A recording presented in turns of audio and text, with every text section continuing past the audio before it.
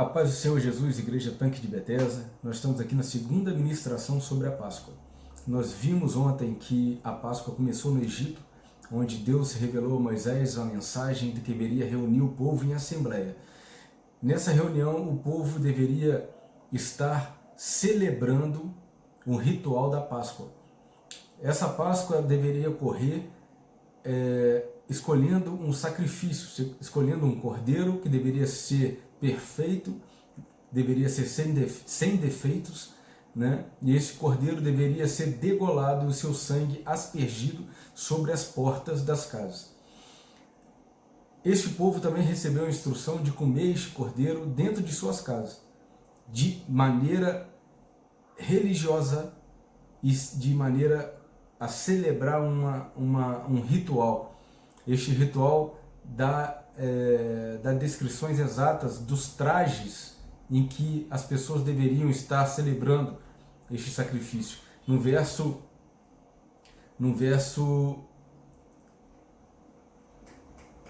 11, a palavra de Deus diz que as pessoas deveriam ter o cinto atado, sandália nos pés e cajado na mão.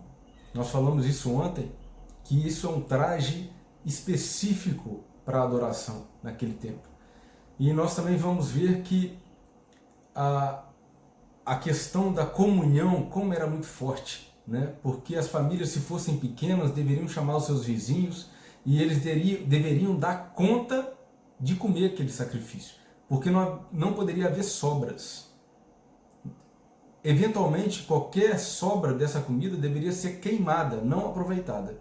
Então, quanto mais pessoas celebrassem em comunhão dentro de suas casas, melhor seria a cerimônia. Deus continua revelando os procedimentos a Moisés e nós devemos estar atentos em Êxodo capítulo 12, que não havia templo naquela época. Um fato muito interessante, porque se não havia templo, a mensagem de Deus para adorá-lo deveria ser dentro de suas casas. Deus não fala para o homem sacrificar algo no templo, como nós vamos ver que prosseguindo a palavra de Deus em Deuteronômio, depois do povo ser liberto e com a constituição dos templos, esses sacrifícios começaram a serem realizados no templo. Mas este primeiro sacrifício pascual, ele foi realizado dentro de casa. Dentro das suas casas, as famílias reunidas estavam ali adorando o Senhor. Então nós temos que tirar essa particularidade de que a primeira Páscoa, ela, além de ser celebrada no Egito, ser celebrada num lugar onde o paganismo, o mundo estava envolto, ela também foi realizada não em templos, mas em casas particulares. Talvez aí você esteja enfrentando um questionamento, né? Aquela pessoa que sempre adora o Senhor somente em templo, agora cai para si para o entendimento de que a primeira Páscoa, a primeira adoração, o primeiro sacrifício foi realizado dentro de casa. Deus quer ensinar muitas pessoas de que o maior sacrifício a Deus tem que partir de dentro dos nossos lares. Você tem que colocar a sua família, os seus consanguíneos, para adorar o Senhor. Amém? E como eu prometi ontem, nós vamos prosseguir no versículo 12, que diz assim: E naquela mesma noite eu passarei pela terra do Egito e matarei todos os primogênitos, tanto dos homens como dos animais, e executarei juízo sobre todos os deuses do Egito. Eu sou Yahvé, o Senhor. O sangue, porém, será para vós um sinal nas casas em que estiverdes. Quando eu vir o sangue, passarei adiante. A praga de destruição não vos atingirá, quando eu ferir o Egito. Esse dia, portanto, será para vós um memorial, e o celebrareis como uma festa perene para o Senhor. Nas vossas gerações o celebrareis por decreto perpétuo.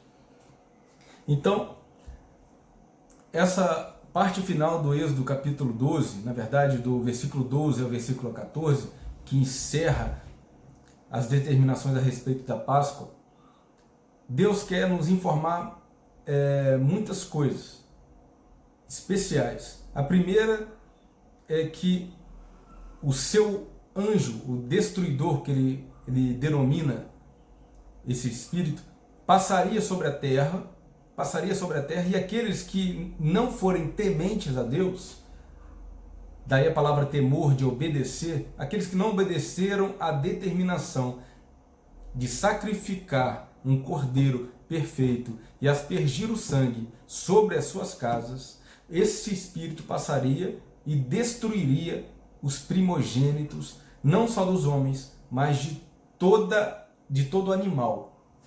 Nós temos que compreender uma coisa: primogênito tem um significado muito específico na Bíblia, porque primogenitura é algo que se cobiça, é algo valioso naquele tempo.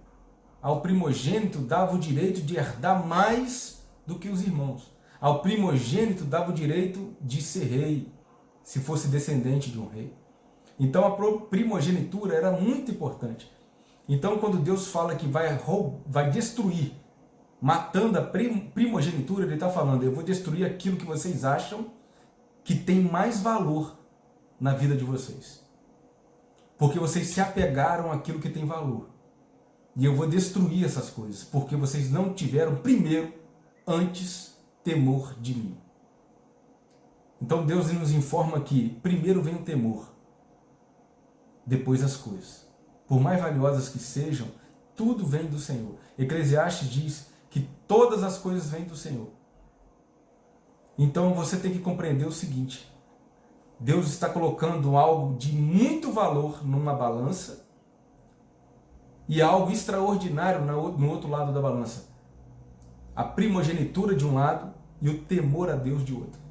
E ele diz: escolha o temor para que não morra. Amém? E prosseguindo ele diz: eu passarei adiante, no versículo 13. Passar adiante é o próprio significado da palavra em hebraico Pesach, que significa Páscoa. Eu passarei adiante, eu pouparei, eu terei misericórdia, eu não farei juízo naquelas casas onde houver o sangue. A correlação com Jesus Cristo é enorme. Deus não julga os pecadores, mas derrama a tua graça, oferecendo o teu Filho Jesus. Quando Deus olha para o homem e vê o sangue de Cristo, ele tem misericórdia, ele tem compaixão, ele não julga, ele não destrói, ele passa adiante. Exatamente aconteceu na primeira Páscoa. Ele está falando que a destruição chegaria, mas quando a destruição passar e ver o sangue cobrindo aquelas casas, ele não entraria dentro daquelas casas. Significa que a destruição não entraria naquelas famílias, porque elas estavam cobertas no sangue. Deus não quer saber se essa família era perfeita. Deus não está falando que essa família era sem pecado. Escute bem. Deus não fala que essa família era perfeita. Deus não fala que essa família era sem pecado. Deus não fala essas coisas. Deus só fala que essa família tinha o sangue cobrindo essa casa. E por causa disso, o destruidor não entraria nessas casas. A destruição não assolaria essas famílias. Nós vivemos tempos de destruição, amém? Nós vivemos tempos de pandemia, nós vivemos tempos de uma economia fragilizada. E o significado de Páscoa vem para nós, nos dando exatamente o sentido de passar adiante. Dando o sentido de que Deus vai nos poupar da destruição. Deus não vai permitir que a destruição assole a tua casa. Deus não vai permitir que a destruição entre pela porta. Porque quando a destruição passar, ela vai ver o sangue do Cordeiro o Cordeiro sem defeito, o Cordeiro perfeito sobre a sua casa, sobre a sua família. Amém? E prosseguindo, ele diz que essa praga ela vai destruir todo o Egito. Nós vemos que a palavra Egito não significa somente o inimigo, mas significa, sobretudo, aquele que não tem temor a Deus. Todos aqueles que não têm temor a Deus. Existe crente sem temor a Deus? Tem crente que diz que é crente. Tem crente que se autodenomina, se autoconfessa crente, mas falta temor. A falta de temor implica em destruição. Implica que a Páscoa não está sobre ele. Implica que a proteção que a Páscoa dá, a proteção do sangue, ela não está sobre essa pessoa, sobre essa família. Muitas pessoas vêm a mim e dizem, Deus é amor, né? Você sabia que Deus é amor? Eles tiram lá da palavra de 1 João, capítulo 4, versículo 8 e versículo 16, onde João diz, Deus é amor. Eu digo uma coisa para vocês, o amor de Deus não é emocional. O amor de Deus não é igual ao amor do homem. O amor de Deus, ele é fidelidade. Olha o que está escrito na palavra de Deus em Deuteronômio, capítulo 32, versículo 4. Diz assim, Deus é fiel. Em outras traduções, Deus é fidelidade. No Novo Testamento, Deus é amor, um amor que se traduz em Deus é fidelidade. Deus é fiel e o seu amor está ligado à fidelidade e não à emoção. Deus ele não escolhe os eleitos baseado na emoção. Deus escolhe os eleitos baseado na fidelidade. Deus escolheu um povo e por isso separou esse povo e por isso libertou este povo. Quem são os escolhidos de Deus? Aqueles que têm temor a Deus.